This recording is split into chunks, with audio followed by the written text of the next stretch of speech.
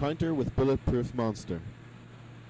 Now we hastened back, following the same track we had cut, and twice we stopped paddling to listen, as both Phleng and I were sure that we had heard heavy splashing behind the island to the east. The Indians were for leaving at once, and in their talk among themselves that evening it was easy to see that they were discussing the matter of remaining longer in such a dangerous region. They were badly frightened. We mounted a guard that night for the first time in weeks, Phleng and I taking turns with an Indian each. I believe that our men would have deserted us if we had both slept. After breakfast we set out again in the dugout, taking our heavy caliber Remingtons with us and a good supply of ammunition. Taking the southern shore, we traversed the stretch that seemed to be most affected by the waters from the hot springs, and shortly before noon began to find more wallows as the ground along shore grew firmer. At last we came to one large one which had been used for leaving and entering the water, or else the animal was still on shore. We approached very carefully, and a thrill shot through me as I saw that the mud on the weeds and the water plants was still dripping. We were close to our quarry. With every precaution, the paddles making no noise at all, we advanced to the waterline. To have left the boat would have meant going in the mud to our waists, perhaps, and yet we could see nothing but green stuff from where we were. We argued the point in a whisper, and Phleng had just announced his determination to follow the track inland if it was the very last act of his life, when a troop of monkeys was heard approaching, gathering some great blue blackberries from small trees that grew in the mud. We had just made them out when there was a sudden outcry among them. A large, dark something, half hidden among the branches, shot up among them, and there was a great commotion. One of the excited Indians began to paddle the boat away from the shore. Before we could stop him, we were 100 feet from the waterline. Now we could see nothing, and the Indians absolutely refused to put in again, while neither Phleng nor myself cared to lay down our rifles to paddle.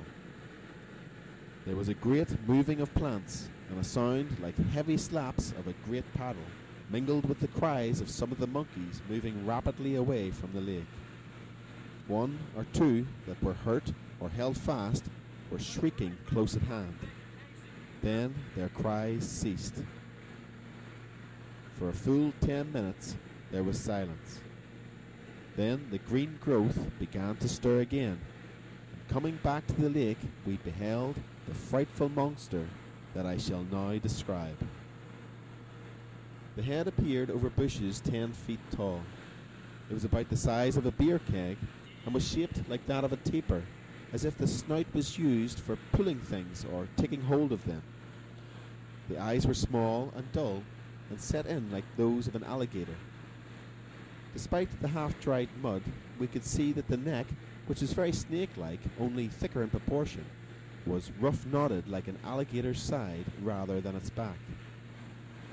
Evidently, the animal saw nothing odd in us, if it noticed us, and advanced till it was not more than 150 feet away.